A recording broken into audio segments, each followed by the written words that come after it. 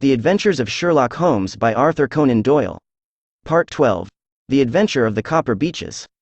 To the man who loves art for its own sake, remarked Sherlock Holmes, tossing aside the advertisement sheet of the Daily Telegraph, it is frequently in its least important and lowliest manifestations that the keenest pleasure is to be derived.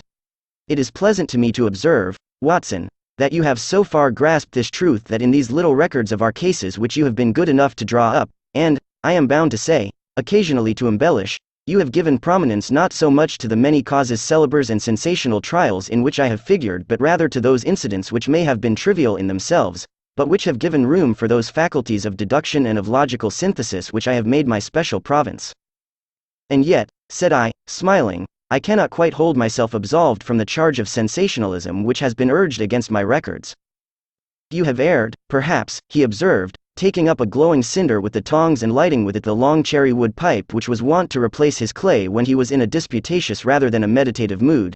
You have erred perhaps in attempting to put color and life into each of your statements instead of confining yourself to the task of placing upon record that severe reasoning from cause to effect which is really the only notable feature about the thing. It seems to me that I have done you full justice in the matter, I remarked with some coldness, for I was repelled by the egotism which I had more than once observed to be a strong factor in my friend's singular character.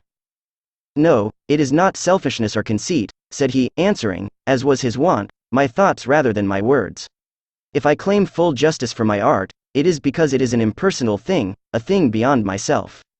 Crime is common, logic is rare, therefore it is upon the logic rather than upon the crime that you should dwell. You have degraded what should have been a course of lectures into a series of tales. It was a cold morning of the early spring, and we sat after breakfast on either side of a cheery fire in the old room at Baker Street. A thick fog rolled down between the lines of dun-colored houses, and the opposing windows loomed like dark, shapeless blurs through the heavy yellow wreaths.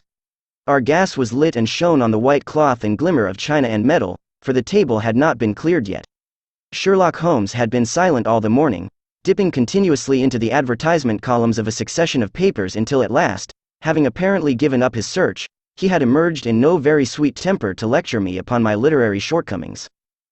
At the same time, he remarked after a pause, during which he had sat puffing at his long pipe and gazing down into the fire, you can hardly be open to a charge of sensationalism, for out of these cases which you have been so kind as to interest yourself in, a fair proportion do not treat of crime, in its legal sense, at all. The small matter in which I endeavored to help the King of Bohemia, the singular experience of Miss Mary Sutherland, the problem connected with the man with the twisted lip, and the incident of the noble bachelor, were all matters which are outside the pale of the law. But in avoiding the sensational, I fear that you may have bordered on the trivial. The end may have been so, I answered, but the methods I hold to have been novel and of interest. Pshaw, my dear fellow, what do the public, the great unobservant public, who could hardly tell a weaver by his tooth or a compositor by his left thumb, care about the finer shades of analysis and deduction? But, indeed, if you are trivial, I cannot blame you, for the days of the great cases are past. Man, or at least criminal man, has lost all enterprise and originality. As to my own little practice, it seems to be degenerating into an agency for recovering lost lead pencils and giving advice to young ladies from boarding schools. I think that I have touched bottom at last, however. This note I had this morning marks my 0 point, I fancy. Read it. He tossed a crumpled letter across to me. It was dated from Montague Place upon the preceding evening, and ran thus.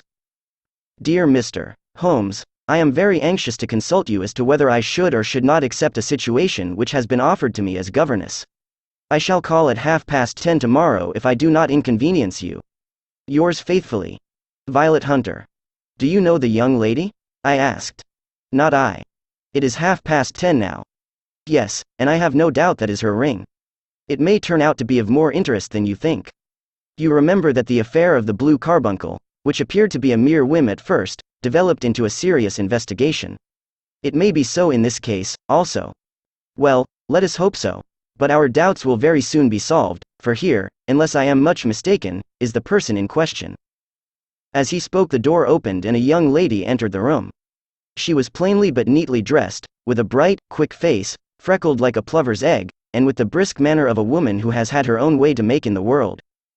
You will excuse my troubling you, I am sure, said she, as my companion rose to greet her, but I have had a very strange experience, and as I have no parents or relations of any sort from whom I could ask advice, I thought that perhaps you would be kind enough to tell me what I should do.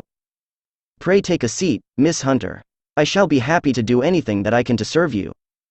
I could see that Holmes was favorably impressed by the manner and speech of his new client. He looked her over in his searching fashion, and then composed himself, with his lids drooping and his finger-tips together, to listen to her story. I have been a governess for 5 years, said she, in the family of Colonel Spence Monroe, but 2 months ago the Colonel received an appointment at Halifax, in Nova Scotia, and took his children over to America with him, so that I found myself without a situation. I advertised, and I answered advertisements, but without success. At last the little money which I had saved began to run short, and I was at my wits' end as to what I should do. There is a well-known agency for governesses in the West End called Westaways, and there I used to call about once a week in order to see whether anything had turned up which might suit me. Westaway was the name of the founder of the business, but it is really managed by Miss Stoper. She sits in her own little office, and the ladies who are seeking employment wait in an anteroom, and are then shown in one by one, when she consults her ledgers and sees whether she has anything which would suit them. Well, when I called last week I was shown into the little office as usual, but I found that Miss Stoper was not alone. A prodigiously stout man with a very smiling face and a great heavy chin which rolled down in fold upon fold over his throat sat at her elbow with a pair of glasses on his nose, looking very earnestly at the ladies who entered. As I came in he gave quite a jump in his chair and turned quickly to Miss Stoper. "That will do," said he, "I could not ask for anything better." "Capital, capital." He seemed quite enthusiastic and rubbed his hands together in the most genial fashion. He was such a comfortable-looking man that it was quite a pleasure to look at him. "You are looking for a situation, miss?" he asked. "Yes, sir." "As governess?" "Yes, sir." "And what salary do you ask?" "I had £4 a month in my last place with Colonel Spence Monroe." "Oh, tut, tut. Sweating, rank sweating," he cried, throwing his fat hands out into the air like a man who is in a boiling passion. "How could anyone offer so pitiful a sum to a lady with such attractions and accomplishments?"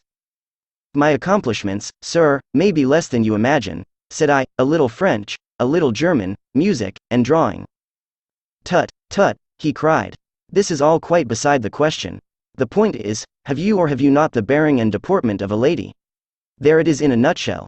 If you have not, you are not fitted for the rearing of a child who may some day play a considerable part in the history of the country. But if you have, why, then, how could any gentleman ask you to condescend to accept anything under the 3 figures? Your salary with me, madam, would commence at £100 a year. You may imagine, Mr. Holmes, that to me, destitute as I was, such an offer seemed almost too good to be true. The gentleman, however, seeing perhaps the look of incredulity upon my face, opened a pocketbook and took out a note. "It is also my custom," said he, smiling in the most pleasant fashion until his eyes were just 2 little shining slits amid the white creases of his face, "to advance to my young ladies half their salary beforehand, so that they may meet any little expenses of their journey in their wardrobe." It seemed to me that I had never met so fascinating and so thoughtful a man. As I was already in debt to my tradesmen, the advance was a great convenience, and yet there was something unnatural about the whole transaction which made me wish to know a little more before I quite committed myself. "May I ask where you live, sir?" said I. "Hampshire. Charming rural place. The Copper Beeches, 5 miles on the far side of Winchester. It is the most lovely country, my dear young lady, and the dearest old country house." "And my duties, sir? I should be glad to know what they would be." "One child, one dear little romper just 6 years old. Oh, if you could see him killing cockroaches with a slipper. Smack, smack, smack, 3 gone before you could wink." He leaned back in his chair and laughed his eyes into his head again. I was a little startled at the nature of the child's amusement, but the father's laughter made me think that perhaps he was joking. "My sole duties, then," I asked, "are to take charge of a single child?" "No, no, not the sole, not the sole, my dear young lady," he cried. "Your duty would be, as I am sure your good sense would suggest, to obey any little commands my wife might give, provided always that they were such commands as a lady might with propriety obey. You see no difficulty, hey? I should be happy to make myself useful." "Quite so. In dress now, for example. We are fatty people, you know, fatty but kind-hearted. If you were asked to wear any dress which we might give you, you would not object to our little whim. Hey?" "No," said I, considerably astonished at his words. "Or to sit here, or sit there, that would not be offensive to you." "Oh, no. Or to cut your hair quite short before you come to us? I could hardly believe my ears. As you may observe, Mr. Holmes, my hair is somewhat luxuriant, and of a rather peculiar tint of chestnut. It has been considered artistic. I could not dream of sacrificing it in this offhand fashion. I am afraid that that is quite impossible, said I. He had been watching me eagerly out of his small eyes, and I could see a shadow pass over his face as I spoke. I am afraid that it is quite essential, said he. It is a little fancy of my wife's and Lada's fancies, you know, madam, Lada's fancies must be consulted. And so you won't cut your hair? No, sir, I really could not, I answered firmly. Ah, very well, then that quite settles the matter. It is a pity, because in other respects you would really have done very nicely. In that case, Miss Stoper, I had best inspect a few more of your young ladies. The manageress had sat all this while busy with her papers without a word to either of us, but she glanced at me now with so much annoyance upon her face that I could not help suspecting that she had lost a handsome commission through my refusal. Do you desire your name to be kept upon the books? She asked. If you please, Miss Stoper. Well, really, it seems rather useless, since you refuse the most excellent offers in this fashion, said she sharply. You can hardly expect us to exert ourselves to find another such opening for you. Good day to you, Miss Hunter. She struck a gong upon the table, and I was shown out by the page. Well, Mr. Holmes, when I got back to my lodgings and found little enough in the cupboard, and 2 or 3 bills upon the table, I began to ask myself whether I had not done a very foolish thing. After all, if these people had strange fads and expected obedience on the most extraordinary matters, they were at least ready to pay for their eccentricity. Very few governesses in England are getting £100 a year. Besides, what use was my hair to me? Many people are improved by wearing it short, and perhaps I should be among the number. Next day I was inclined to think that I had made a mistake, and by the day after I was sure of it. I had almost overcome my pride so far as to go back to the agency and inquire whether the place was still open when I received this letter from the gentleman himself. I have it here and I will read it to you. The Copper Beeches, near Winchester. Dear Miss Hunter, Miss Stoper has very kindly given me your address, and I write from here to ask you whether you have reconsidered your decision. My wife is very anxious that you should come, for she has been much attracted by my description of you. We are willing to give £30 a quarter, or £120 a year, so as to recompense you for any little inconvenience which our fads may cause you. They are not very exacting, after all. My wife is fond of a particular shade of electric blue and would like you to wear such a dress indoors in the morning. You need not, however, go to the expense of purchasing one, as we have one belonging to my dear daughter Alice, now in Philadelphia, which would, I should think, fit you very well. Then, as to sitting here or there, or amusing yourself in any manner indicated, that need cause you no inconvenience. As regards your hair, it is no doubt a pity, especially as I could not help remarking its beauty during our short interview, but I am afraid that I must remain firm upon this point, and I only hope that the increased salary may recompense you for the loss. Your duties, as far as the child is concerned, are very light. Now do try to come, and I shall meet you with the dog-cart at Winchester. Let me know your train. Yours faithfully, JEPHRORUCASTLE. That is the letter which I have just received, Mr. Holmes, and my mind is made up that I will accept it. I thought, however, that before taking the final step I should like to submit the whole matter to your consideration. Well, Miss Hunter, if your mind is made up, that settles the question, said Holmes, smiling. But you would not advise me to refuse? I confess that it is not the situation which I should like to see a sister of mine apply for. What is the meaning of it all, Mr. Holmes? Ah, I have no data. I cannot tell. Perhaps you have yourself formed some opinion? Well, there seems to me to be only one possible solution. Mr. Rucastle seemed to be a very kind, good-natured man. Is it not possible that his wife is a lunatic, that he desires to keep the matter quiet for fear she should be taken to an asylum, and that he humors her fancies in every way in order to prevent an outbreak? That is a possible solution. In fact, as matters stand, it is the most probable one. But in any case it does not seem to be a nice household for a young lady. But the money, Mr. Holmes, the money. Well, yes, of course the pay is good, too good. That is what makes me uneasy.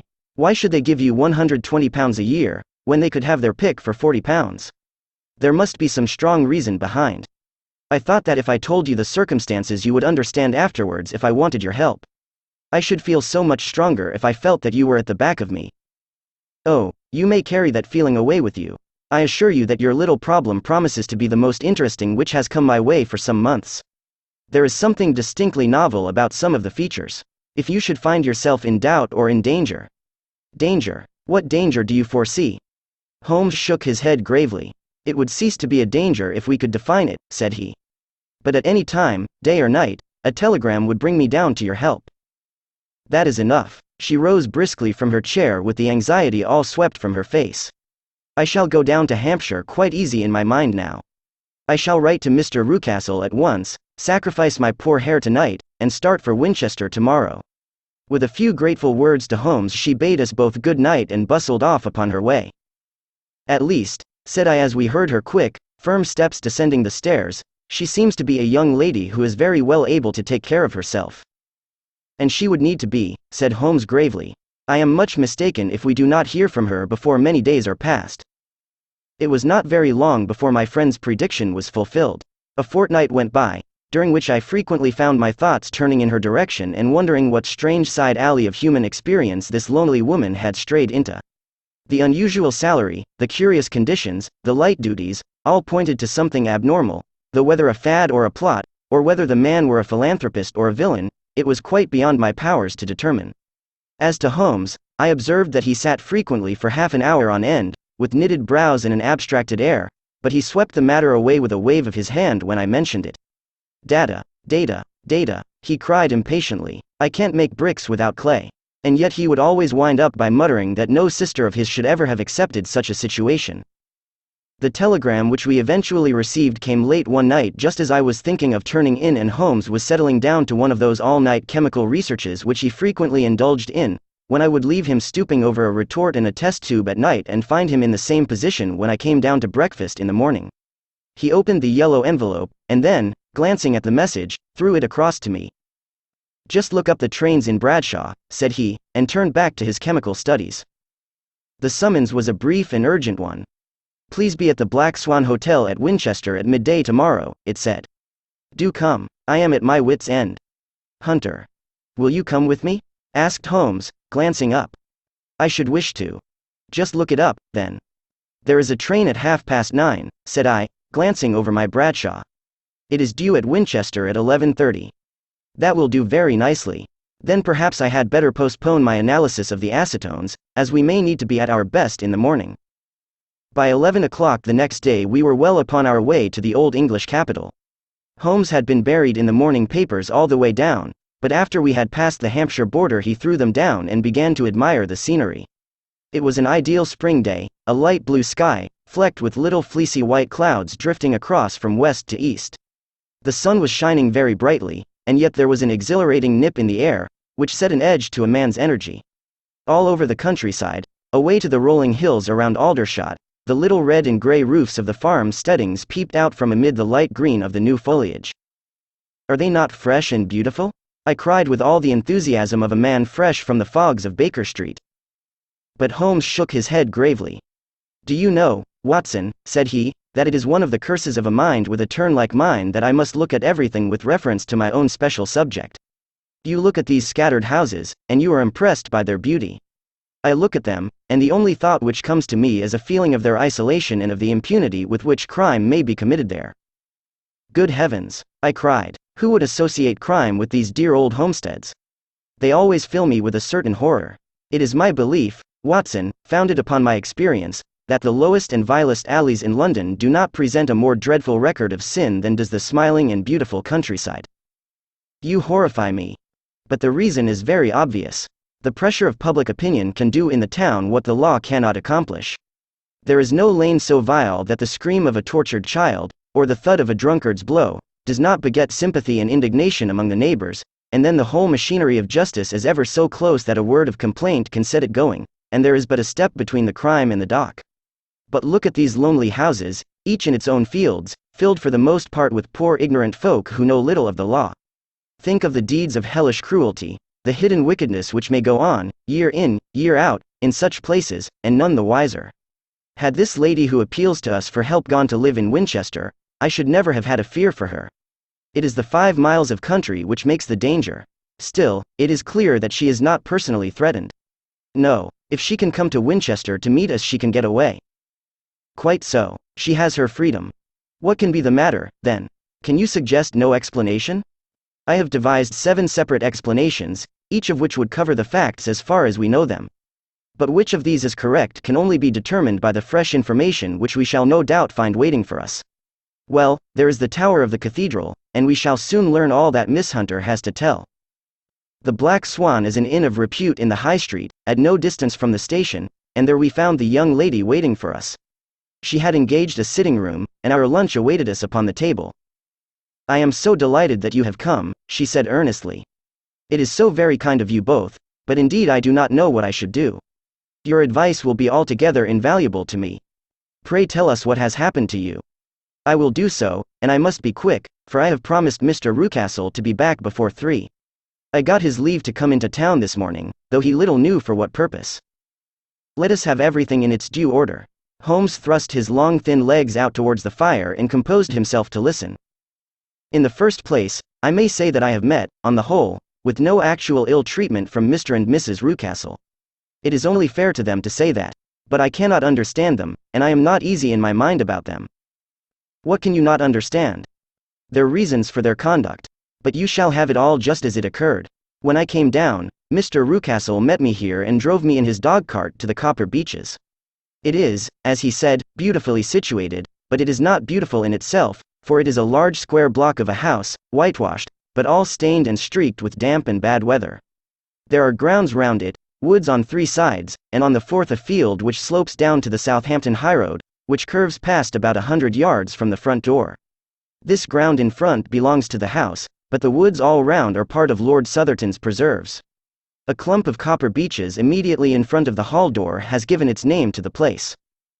I was driven over by my employer, who was as amiable as ever, and was introduced by him that evening to his wife and the child. There was no truth, Mr. Holmes, in the conjecture which seemed to us to be probable in your rooms at Baker Street. Mrs. Rucastle is not mad. I found her to be a silent, pale-faced woman, much younger than her husband, not more than 30, I should think, while he can hardly be less than 45. From their conversation I have gathered that they have been married about 7 years, that he was a widower, and that his only child by the first wife was the daughter who has gone to Philadelphia. Mr. Rucastle told me in private that the reason why she had left them was that she had an unreasoning aversion to her stepmother. As the daughter could not have been less than 20, I can quite imagine that her position must have been uncomfortable with her father's young wife. Mrs. Rucastle seemed to me to be colorless in mind as well as in feature. She impressed me neither favorably nor the reverse. She was a nonentity. It was easy to see that she was passionately devoted both to her husband and to her little son. Her light gray eyes wandered continually from one to the other, noting every little want and forestalling it if possible. He was kind to her also in his bluff, boisterous fashion, and on the whole they seemed to be a happy couple. And yet she had some secret sorrow, this woman. She would often be lost in deep thought, with the saddest look upon her face. More than once I have surprised her in tears. I have thought sometimes that it was the disposition of her child which weighed upon her mind, for I have never met so utterly spoiled and so ill-natured a little creature. He is small for his age, with a head which is quite disproportionately large. His whole life appears to be spent in an alternation between savage fits of passion and gloomy intervals of sulking. Giving pain to any creature weaker than himself seems to be his one idea of amusement, and he shows quite remarkable talent in planning the capture of mice, little birds, and insects. But I would rather not talk about the creature, Mr. Holmes, and, indeed, he has little to do with my story. I am glad of all details, remarked my friend, whether they seem to you to be relevant or not. I shall try not to miss anything of importance. The one unpleasant thing about the house, which struck me at once, was the appearance and conduct of the servants. There are only 2, a man and his wife. Toller, for that is his name, is a rough, uncouth man, with grizzled hair and whiskers, and a perpetual smell of drink. Twice since I have been with them he has been quite drunk, and yet Mr. Rucastle seemed to take no notice of it. His wife is a very tall and strong woman with a sour face, as silent as Mrs. Rucastle and much less amiable. They are a most unpleasant couple, but fortunately I spend most of my time in the nursery and my own room, which are next to each other in one corner of the building. For 2 days after my arrival at the Copper Beeches my life was very quiet. On the 3rd, Mrs. Rucastle came down just after breakfast and whispered something to her husband. "Oh, yes," said he, turning to me, "we are very much obliged to you, Miss Hunter, for falling in with our whims so far as to cut your hair. I assure you that it has not detracted in the tiniest iota from your appearance. We shall now see how the electric blue dress will become you. You will find it laid out upon the bed in your room, and if you would be so good as to put it on, we should both be extremely obliged. The dress which I found waiting for me was of a peculiar shade of blue. It was of excellent material, a sort of beige, but it bore unmistakable signs of having been worn before. It could not have been a better fit if I had been measured for it. Both Mr. and Mrs. Rucastle expressed a delight at the look of it, which seemed quite exaggerated in its vehemence. They were waiting for me in the drawing room, which is a very large room, stretching along the entire front of the house, with 3 long windows reaching down to the floor. A chair had been placed close to the central window, with its back turned towards it. In this I was asked to sit, and then Mr. Rucastle, walking up and down on the other side of the room, began to tell me a series of the funniest stories that I have ever listened to. You cannot imagine how comical he was, and I laughed until I was quite weary. Mrs. Rucastle, however, who has evidently no sense of humor, never so much as smiled, but sat with her hands in her lap, and a sad, anxious look upon her face. After an hour or so, Mr. Rucastle suddenly remarked that it was time to commence the duties of the day, and that I might change my dress and go to little Edward in the nursery. 2 days later this same performance was gone through under exactly similar circumstances. Again I changed my dress, again I sat in the window, and again I laughed very heartily at the funny stories of which my employer had an immense repertoire, and which he told inimitably. Then he handed me a yellow-backed novel, and moving my chair a little sideways, that my own shadow might not fall upon the page, he begged me to read aloud to him. I read for about 10 minutes, beginning in the heart of a chapter, and then suddenly, in the middle of a sentence, he ordered me to cease and to change my dress. You can easily imagine, Mr. Holmes, how curious I became as to what the meaning of this extraordinary performance could possibly be. They were always very careful, I observed, to turn my face away from the window, so that I became consumed with the desire to see what was going on behind my back. At first it seemed to be impossible, but I soon devised a means. My hand mirror had been broken, so a happy thought seized me, and I concealed a piece of the glass in my handkerchief. On the next occasion, in the midst of my laughter, I put my handkerchief up to my eyes, and was able with a little management to see all that there was behind me. I confess that I was disappointed. There was nothing, at least that was my first impression. At the second glance, however, I perceived that there was a man standing in the Southampton Road, a small bearded man in a grey suit, who seemed to be looking in my direction. The road is an important highway, and there are usually people there. This man, however, was leaning against the railings which bordered our field and was looking earnestly up. I lowered my handkerchief and glanced at Mrs. Rucastle to find her eyes fixed upon me with a most searching gaze. She said nothing, but I am convinced that she had divined that I had a mirror in my hand and had seen what was behind me. She rose at once. "Jeffro," said she, "there is an impertinent fellow upon the road there who stares up at Miss Hunter." "No friend of yours, Miss Hunter?" he asked. "No, I know no one in these parts." "Dear me, how very impertinent. Kindly turn round and motion to him to go away. Surely it would be better to take no notice." "No, no, we should have him loitering here always. Kindly turn round and wave him away like that." I did as I was told, and at the same instant Mrs. Rucastle drew down the blind. That was a week ago, and from that time I have not sat again in the window, nor have I worn the blue dress, nor seen the man in the road. "Pray continue," said Holmes. "Your narrative promises to be a most interesting one. You will find it rather disconnected, I fear, and there may prove to be little relation between the different incidents of which I speak. On the very first day that I was at the Copper Beeches, Mr. Rucastle took me to a small outhouse which stands near the kitchen door. As we approached it I heard the sharp rattling of a chain, and the sound as of a large animal moving about. "Look in here," said Mr. Rucastle, showing me a slit between 2 planks. "Is he not a beauty?"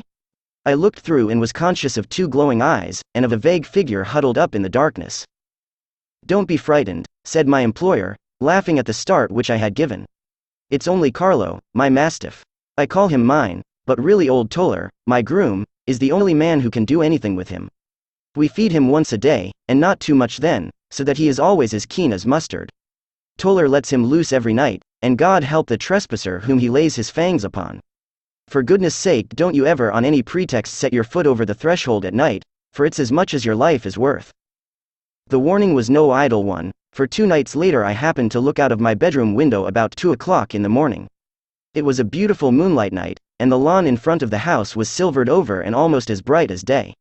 I was standing, wrapped in the peaceful beauty of the scene, when I was aware that something was moving under the shadow of the copper beeches. As it emerged into the moonshine, I saw what it was. It was a giant dog, as large as a calf, tawny tinted, with hanging jowl, black muzzle, and huge projecting bones. It walked slowly across the lawn and vanished into the shadow upon the other side. That dreadful sentinel sent a chill to my heart which I do not think that any burglar could have done. And now I have a very strange experience to tell you. I had, as you know, cut off my hair in London, and I had placed it in a great coil at the bottom of my trunk. One evening, after the child was in bed, I began to amuse myself by examining the furniture of my room and by rearranging my own little things. There was an old chest of drawers in the room, the two upper ones empty and open, the lower one locked. I had filled the first two with my linen, and as I had still much to pack away, I was naturally annoyed at not having the use of the third drawer. It struck me that it might have been fastened by a mere oversight, so I took out my bunch of keys and tried to open it. The very first key fitted to perfection, and I drew the drawer open. There was only one thing in it, but I am sure that you would never guess what it was. It was my coil of hair. I took it up and examined it. It was of the same peculiar tint, and the same thickness.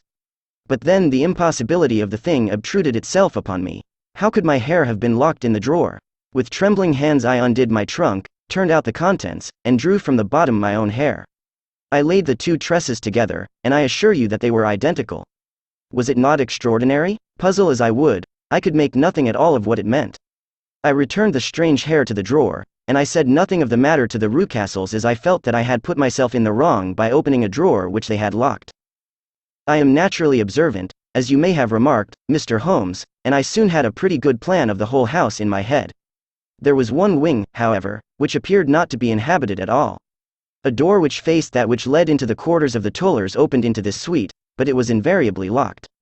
One day, however, as I ascended the stair, I met Mr. Rucastle coming out through this door, his keys in his hand, and a look on his face which made him a very different person to the round, jovial man to whom I was accustomed.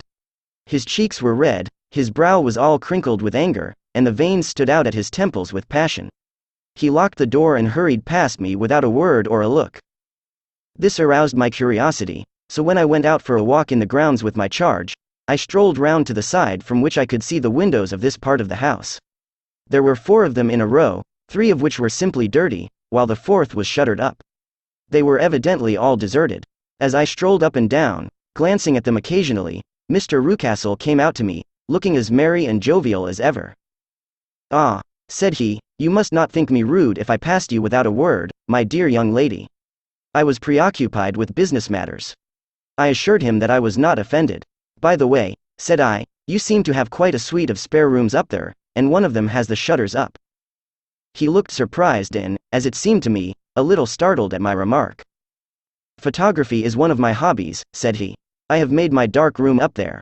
But, dear me, what an observant young lady we have come upon. Who would have believed it? Who would have ever believed it?" He spoke in a jesting tone, but there was no jest in his eyes as he looked at me. I read suspicion there and annoyance, but no jest. Well, Mr. Holmes, from the moment that I understood that there was something about that suite of rooms which I was not to know, I was all on fire to go over them. It was not mere curiosity, though I have my share of that. It was more a feeling of duty, a feeling that some good might come from my penetrating to this place. They talk of woman's instinct, perhaps it was woman's instinct which gave me that feeling. At any rate, it was there, and I was keenly on the lookout for any chance to pass the forbidden door. It was only yesterday that the chance came. I may tell you that, besides Mr. Rucastle, both Toller and his wife find something to do in these deserted rooms, and I once saw him carrying a large black linen bag with him through the door. Recently he has been drinking hard, and yesterday evening he was very drunk, and when I came upstairs there was the key in the door. I have no doubt at all that he had left it there. Mr. and Mrs. Rucastle were both downstairs, and the child was with them, so that I had an admirable opportunity. I turned the key gently in the lock, opened the door, and slipped through. There was a little passage in front of me, unpapered and uncarpeted, which turned at a right angle at the farther end. Round this corner were 3 doors in a line, the first and third of which were open. They each led into an empty room, dusty and cheerless, with 2 windows in the one and one in the other, so thick with dirt that the evening light glimmered dimly through them. The center door was closed, and across the outside of it had been fastened one of the broad bars of an iron bed, padlocked at one end to a ring in the wall, and fastened at the other with stout cord. The door itself was locked as well, and the key was not there. This barricaded door corresponded clearly with the shuttered window outside, and yet I could see by the glimmer from beneath it that the room was not in darkness. Evidently there was a skylight which let in light from above. As I stood in the passage gazing at the sinister door and wondering what secret it might veil, I suddenly heard the sound of steps within the room and saw a shadow pass backward and forward against the little slit of dim light which shone out from under the door. A mad, unreasoning terror rose up in me at the sight, Mr. Holmes. My overstrung nerves failed me suddenly, and I turned and ran as though some dreadful hand were behind me clutching at the skirt of my dress. I rushed down the passage, through the door, and straight into the arms of Mr. Rucastle, who was waiting outside. "So," said he, smiling, "it was you, then. I thought that it must be when I saw the door open." "Oh, I am so frightened," I panted. My dear young lady, you cannot think how caressing and soothing his manner was, and what has frightened you, my dear young lady." But his voice was just a little too coaxing. He overdid it. I was keenly on my guard against him. "I was foolish enough to go into the empty wing," I answered. "But it is so lonely and eerie in this dim light that I was frightened and ran out again." "Oh, it is so dreadfully still in there." "Only that?" said he, looking at me keenly. "Why, what did you think?" I asked. "Why do you think that I locked this door?" "I am sure that I do not know. It is to keep people out who have no business there. Do you see?" He was still smiling in the most amiable manner. "I am sure if I had known." "Well, then, you know now. And if you ever put your foot over that threshold again—" Here in an instant the smile hardened into a grin of rage, and he glared down at me with the face of a demon. "I'll throw you to the mastiff." I was so terrified that I do not know what I did. I suppose that I must have rushed past him into my room. I remember nothing until I found myself lying on my bed trembling all over. Then I thought of you, Mr. Holmes. I could not live there longer without some advice. I was frightened of the house, of the man, of the woman, of the servants, even of the child. They were all horrible to me. If I could only bring you down all would be well. Of course I might have fled from the house, but my curiosity was almost as strong as my fears. My mind was soon made up. I would send you a wire. I put on my hat and cloak, went down to the office, which is about half a mile from the house, and then returned, feeling very much easier. A horrible doubt came into my mind as I approached the door lest the dog might be loose, but I remembered that Toller had drunk himself into a state of insensibility that evening, and I knew that he was the only one in the household who had any influence with the savage creature, or who would venture to set him free. I slipped in safety and lay awake half the night in my joy at the thought of seeing you. I had no difficulty in getting leave to come into Winchester this morning, but I must be back before 3 o'clock, for Mr. and Mrs. Rucastle are going on a visit, and will be away all the evening, so that I must look after the child. Now I have told you all my adventures, Mr. Holmes, and I should be very glad if you could tell me what it all means, and, above all, what I should do." Holmes and I had listened spellbound to this extraordinary story. My friend rose now and paced up and down the room, his hands in his pockets, and an expression of the most profound gravity upon his face. "Is Toller still drunk?" he asked. "Yes. I heard his wife tell Mrs. Rucastle that she could do nothing with him." "That is well. And the Rucastles go out tonight?" "Yes." "Is there a cellar with a good strong lock?" "Yes, the wine cellar." "You seem to me to have acted all through this matter like a very brave and sensible girl, Miss Hunter. Do you think that you could perform one more feat? I should not ask it of you if I did not think you a quite exceptional woman." "I will try. What is it?" "We shall be at the Copper Beeches by 7 o'clock, my friend and I. The Rucastles will be gone by that time, and Toller will, we hope, be incapable. There only remains Mrs. Toller, who might give the alarm. If you could send her into the cellar on some errand, and then turn the key upon her, you would facilitate matters immensely." "I will do it." "Excellent. We shall then look thoroughly into the affair. Of course there is only one feasible explanation. You have been brought there to personate someone, and the real person is imprisoned in this chamber. That is obvious. As to who this prisoner is, I have no doubt that it is the daughter, Miss Alice Rucastle, if I remember right, who was said to have gone to America. You were chosen, doubtless, as resembling her in height, figure, and the color of your hair. Hers had been cut off, very possibly in some illness through which she has passed, and so, of course, yours had to be sacrificed also.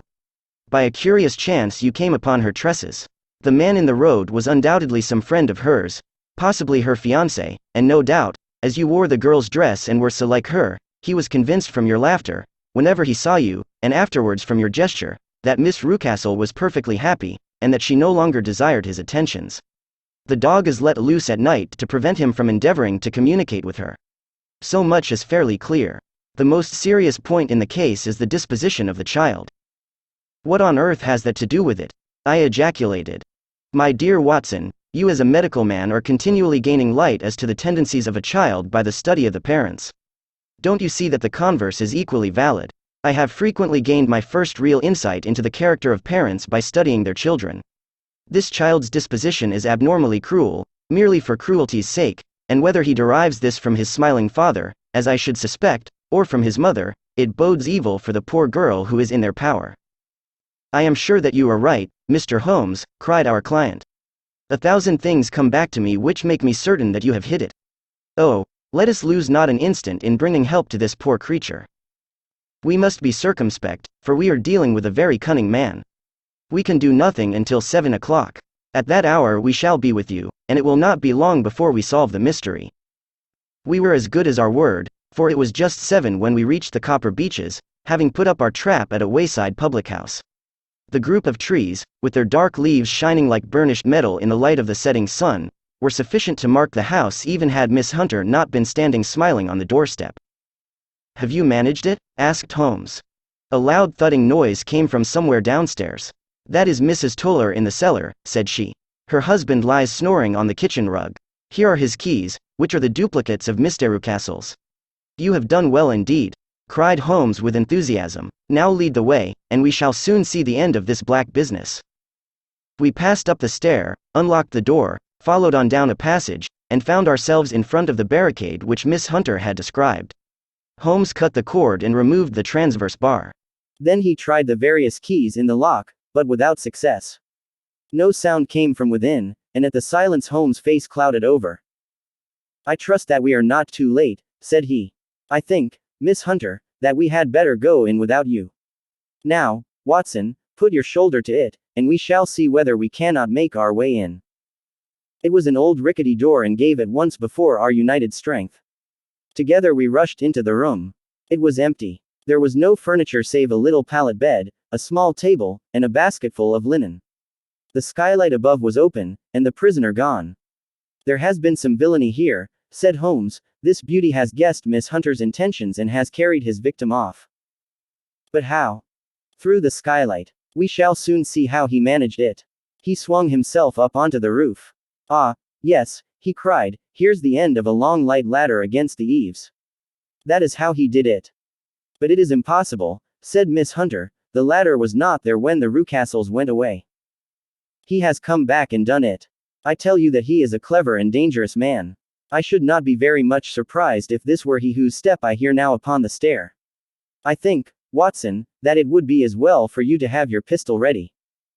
The words were hardly out of his mouth before a man appeared at the door of the room, a very fat and burly man, with a heavy stick in his hand. Miss Hunter screamed and shrunk against the wall at the sight of him, but Sherlock Holmes sprang forward and confronted him. You villain, said he, where's your daughter? The fat man cast his eyes round, and then up at the open skylight. It is for me to ask you that, he shrieked, you thieves. Spies and thieves. I have caught you, have I? You are in my power. I'll serve you. He turned and clattered down the stairs as hard as he could go. He's gone for the dog, cried Miss Hunter. I have my revolver, said I. Better close the front door, cried Holmes, and we all rushed down the stairs together.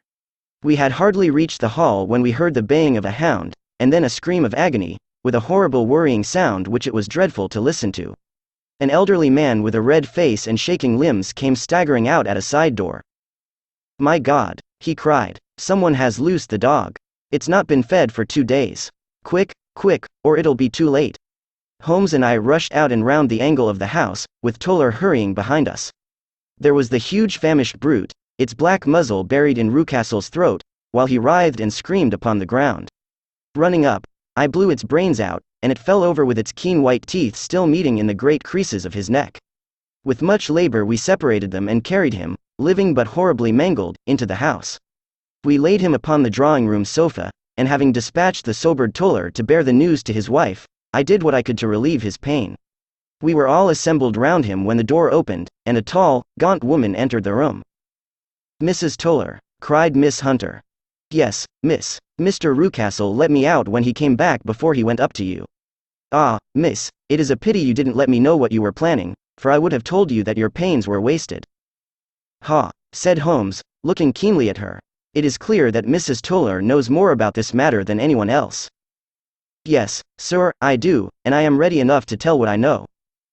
"Then, pray, sit down, and let us hear it, for there are several points on which I must confess that I am still in the dark." "I will soon make it clear to you," said she, "and I'd have done so before now if I could got out from the cellar. If there's police court business over this, you'll remember that I was the one that stood your friend, and that I was Miss Alice's friend too. She was never happy at home, Miss Alice wasn't, from the time that her father married again. She was slighted like and had no say in anything, but it never really became bad for her until after she met Mr. Fowler at a friend's house. As well as I could learn, Miss Alice had rights of her own by will, but she was so quiet and patient, that she never said a word about them but just left everything in Mr. Rucastle's hands. He knew he was safe with her, but when there was a chance of a husband coming forward, who would ask for all that the law would give him, then her father thought it time to put a stop on it. He wanted her to sign a paper, so that whether she married or not, he could use her money. When she wouldn't do it, he kept on worrying her until she got brain fever, and for 6 weeks was at death's door. Then she got better at last, all worn to a shadow, and with her beautiful hair cut off, but that didn't make no change in her young man, and he stuck to her as true as man could be." "Ah," said Holmes, "I think that what you have been good enough to tell us makes the matter fairly clear, and that I can deduce all that remains." Mr. Rucastle then, I presume, took to this system of imprisonment. "Yes, sir. And brought Miss Hunter down from London in order to get rid of the disagreeable persistence of Mr. Fowler." "That was it, sir. But Mr. Fowler, being a persevering man, as a good seaman should be, blockaded the house, and having met you succeeded by certain arguments, metallic or otherwise, in convincing you that your interests were the same as his." "Mr. Fowler was a very kind-spoken, free-handed gentleman," said Mrs. Toller serenely. "And in this way he managed that your good man should have no want of drink, and that a ladder should be ready at the moment when your master had gone out." "You have it, sir, just as it happened." "I am sure we owe you an apology, Mrs. Toller," said Holmes, "for you have certainly cleared up everything which puzzled us. And here comes the country surgeon and Mrs. Rucastle, so I think, Watson, that we had best escort Miss Hunter back to Winchester, as it seems to me that our locus standi now is rather a questionable one." And thus was solved the mystery of the sinister house with the copper beeches in front of the door. Mr. Rucastle survived, but was always a broken man, kept alive solely through the care of his devoted wife. They still live with their old servants, who probably know so much of Rucastle's past life that he finds it difficult to part from them. Mr. Fowler and Miss Rucastle were married, by special license, in Southampton the day after their flight, and he is now the holder of a government appointment in the island of Mauritius. As to Miss Violet Hunter, my friend Holmes, rather to my disappointment, manifested no further interest in her when once she had ceased to be the center of one of his problems, and she is now the head of a private school at Walsall, where I believe that she has met with considerable success.